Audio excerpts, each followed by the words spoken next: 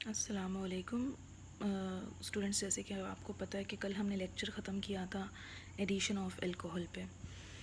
अगर कोई बात आपको समझ में ना आए तो आप दोबारा पूछ लिया करें मैसेज करके। बेहतर है कि आप साथ के साथ तैयार करें। और जैसे कि मैं आपको क्लास में भी कहती हूँ कि रिएक्शंस हमेशा लिख के प्रैक्टिस होते हैं, तो इसको आपने लिख के प्रैक्टिस करना है जितने भी रिएक्शंस आपको दिए गए हैं। अच्छा, यहाँ पे हम कल वीडियो मेरी पॉज हो गई थी, शायद मेमोरी कम होने की वजह से, तो यहाँ ख़त्म हो गया था लेक्चर हमारा। 2 पॉइंट रह गए थे कि ये रिएक्शन इस्तेमाल किसके लिए होता है। तो पहला पॉइंट ये है कि it is use to protect the carbonyl compounds. Protecting groups का अगर आपको कुछ अंदाज़ा हो तो मैंने क्लास में एक बार डिस्कस किया था कि प्रोटेक्टिंग ग्रुप्स क्यों यूज़ होते हैं। किसी भी स्पीशी को, किसी भी फंक्शनैलिटी को प्रोटेक्ट करने के लिए। इसके बारे में अब आप मुझे जवाब देंगे। ये आपकी असाइनमेंट हो गई कि आपने मुझे टेक्स्ट मैसेज के थ्रू लिख के, आप अगर क्लास वाला आपको याद है, अदरवाइज़ आप इंटरनेट से सर्च करेंगे और मुझे प्रोटेक्टिंग ग्रुप्स के बारे में बताएंगे कि प्रोटेक्टिंग ग्रुप्स का क्या पर्पज़ होता है। सेकेंडली पॉइंट ये है कि अगर हमारे पास डायोल हो, डायोल आपको पता है हम किसको कहते हैं, जहाँ पे 2 हाइड्रोक्सिल ग्रुप एक ही कंपाउंड के अंदर, हमारे पास 2 हाइड्रोक्सिल ग्रुप मौजूद हों अल्कोहल के अंदर, तो it is called diol.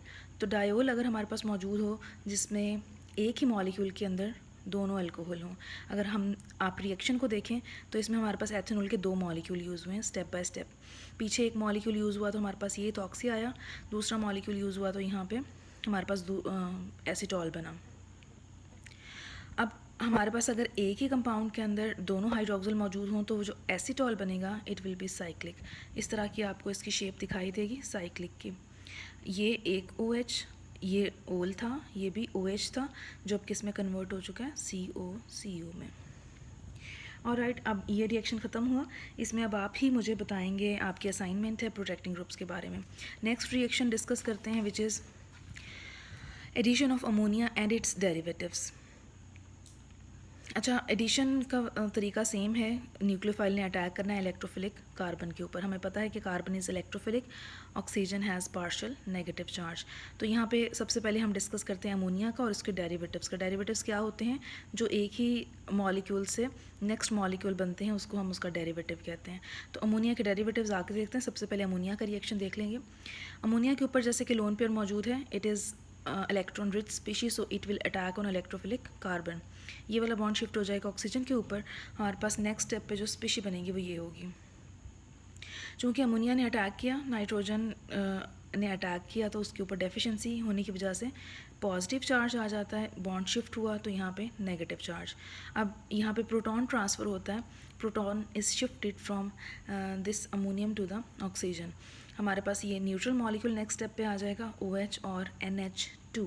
Hydrogen मैंने थोड़ा सा अलग करके लिखा है क्योंकि यहाँ पे डिहाइड्रेशन हमने दिखानी है और उसी डिहाइड्रेशन के नतीजे में हमारे पास ये मॉलिक्यूल बनेगा जो प्रोडक्ट है। यहाँ ये हाइड्रोजन का बॉन्ड इधर शिफ्ट होगा और ये बॉन्ड इधर शिफ्ट होगा, मतलब दोनों टूट रहे हैं। It will be departed in the form of proton, जबकि ये हमारे पास OH नेगेटिव के फॉर्म में निकलेगा। तो बेसिकली हो क्या रहा है, दिस इज़ डिहाइड्रेशन। एक एटम से हाइड्रोजन निकले और दूसरे एटम से OH। और हमें पता है जब 2 एडजेसेंट एटम से कोई भी एलिमिनेशन होती है तो वहाँ डबल बॉन्ड क्रिएट हो जाता है। तो इसी डबल बॉन्ड के नतीजे में यहाँ हमारे पास इमाइन बनी। तो this was the addition of ammonia. Ammonia के बाद हमारे पास नेक्स्ट स्टेप पे जो हम देखने जा रहे हैं, secondly it is the derivative of ammonia. अब वो डेरिवेटिव कैसे है, अगर आप यहाँ देखें, imine NH2 and G. G is for any group which is replaced by the hydrogen. तो ये जितने भी G ग्रुप के साथ NH2 होगा, they will be the derivatives of ammonia. अगर हम पहला डेरिवेटिव देखें तो यहाँ हमारे पास प्राइमरी एमीन्स हैं जहाँ पे एक हाइड्रोजन रिप्लेस हुआ है विद द एल्काइल ग्रुप।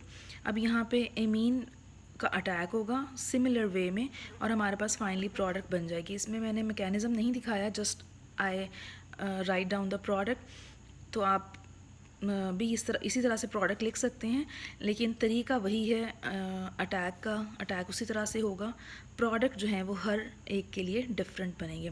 जैसे कि प्राइमरी इमीन के केस में हमारे पास यहाँ जो प्रोडक्ट बनती है वहाँ नाइट्रोजन में वहाँ हाइड्रोजन था, जबकि यहाँ पे हमारे पास एल्काइल ग्रुप है और इसी एल्काइल ग्रुप की वजह से इसको हम कहते हैं शिफ्ट बेस।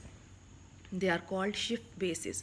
तो शिफ्ट बेसिस बनाने के लिए हम प्राइमरी एमीन्स लेंगे और साथ में एल्डिहाइड या कीटोन, तो they will give us shift basis.